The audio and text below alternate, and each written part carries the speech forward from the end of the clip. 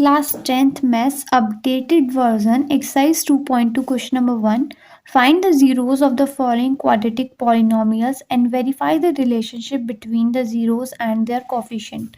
So start करते हैं। देखिए इसमें हमें मिडल टर्म थ्योरम का यूज़ करना होता है एंड ये बहुत इंपॉर्टेंट आपने क्लास 8 में भी सीखी होगी। मैं आपको शुरुआत से सिखाऊंगी। यहाँ पे कुछ भी नहीं होता तो 1 मान लेते हैं। जो यहाँ पे डिजिट लिखी होती है एक्स स्क्वायर का जो कोफिशिएंट होता है और जो कांस्टेंट टर्म होती है उसको हम क्या करते हैं यहाँ पे मल्टीप्लाई। 1 की मल्टीप्लाई 8 में करेंगे कितना आ जाएगा 8। अब 8 का पता है हमें क्या लेना है एलसीएम। 2 4 ज़ा 8, 2 2 ज़ा 4, 2 1 ज़ा 2। अब इन 3 से हमें माइनस का 2 बनाना है। देखिए कैसे कर सकते हैं। 2 2 ज़ा 4, अगर 4 में से मैंने 2 माइनस करा तो मेरा क्या हो जाएगा 2 आ जाएगा, लेकिन मुझे माइनस का 2 चाहिए। मैं क्या लिखूंगी यहाँ पे 4 और 2। देखिए 4 में से 2 माइनस करना है मुझे, यहाँ पे मैं -4 लिख दूंगी, यहाँ पे मैं +2 लिख दूंगी क्योंकि मुझे माइनस का 2 चाहिए था। मान लो अगर यहाँ पे चाहिए होता प्लस का 2 तो मैं क्या लिख देती 4 प्लस का लिख देती, 2 माइनस का लिख देती। -4 + 2 करेंगे तो आएगा हमारा -2। अगर +4 - 2 करते तो हमारा आता +2। बिकॉज प्लस और माइनस माइनस होता है, साइन लगता है बड़ी डिजिट का। मैं आपको आपके पहले के जो कॉन्सेप्ट है वो भी क्लियर कराती जाऊंगी। ये कॉन्सेप्ट इंटीजर का है क्योंकि बहुत बच्चे ऐसे होते हैं जो पहले से नहीं पढ़ते लेकिन क्लास 10th में पढ़ना स्टार्ट करते हैं। तो मेरा चैनल उन्हीं बच्चों के लिए स्पेशली है क्योंकि मैं बिल्कुल खोल के समझाने वाली हूँ। ठीक है, अब करेंगे इस एक्स स्क्वायर को लिख देंगे एज इट इज। -2x की जगह मैं क्या लिख दूंगी -4x + 2x, जो मेरा यहाँ से आया अभी माइनस का 8 ऐसे लिख दूंगी।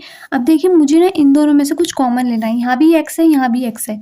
मैंने एक x क्या ले लिया बाहर कॉमन में। यहाँ पे 2x थे, एक x बाहर चला गया तो एक x बच गया। माइनस का साइन लगाऊंगी, एक x बाहर चला गया, यहाँ तो x बचा ही नहीं, क्या बचा केवल -4। ऐसे ही यहाँ पे प्लस का साइन लगाऊंगी। यहाँ पे देखिए 2 है, यहाँ पे 8 है। 8 किससे बना है 3 2 से मिलके। तो अगर मैं एक 2 बाहर ले लूँ कुछ जाएगा नहीं जाएगा।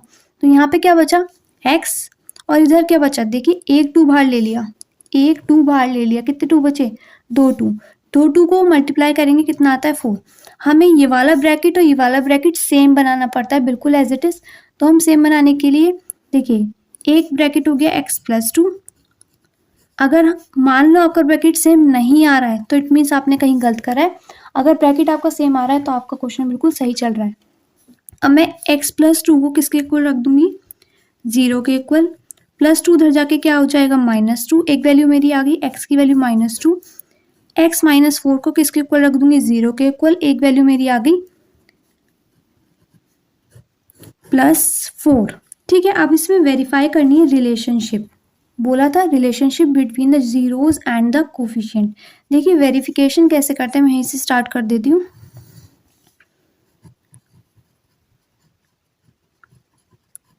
हेडिंग डालेंगे वेरिफिकेशन। जीरोज आई हैं, एक 0 आई है -2, एक 0 आई है +4, तो लिख देंगे जीरोज आर -2 एंड 4।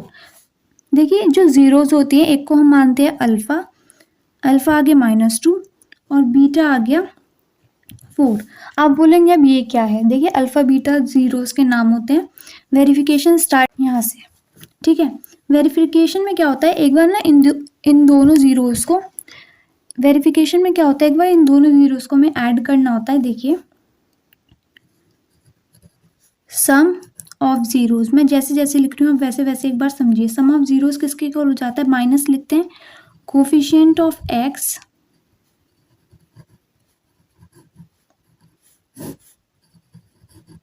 डिवाइड में लिख देते हैं कोफिशिएंट ऑफ एक्स स्क्वायर। देखिए सम ऑफ जीरो सिंपली करेंगे इन दोनों का सम -2 + 4। अब फॉर्मूला जो होता है सम ऑफ जीरोस का वो लगाएंगे। यहाँ पे माइनस का साइन है, माइनस लगाऊंगी।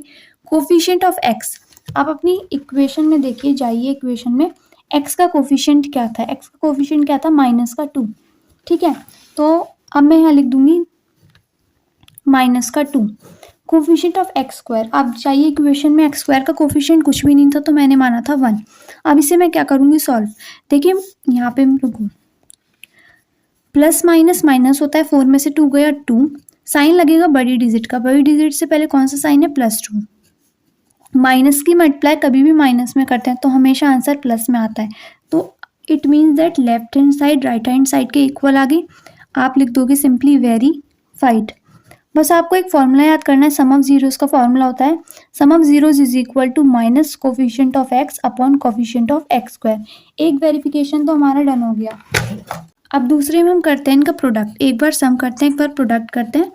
प्रोडक्ट ऑफ जीरोस का हमारा फॉर्मूला होता है product of zeros is equal to constant term upon coefficient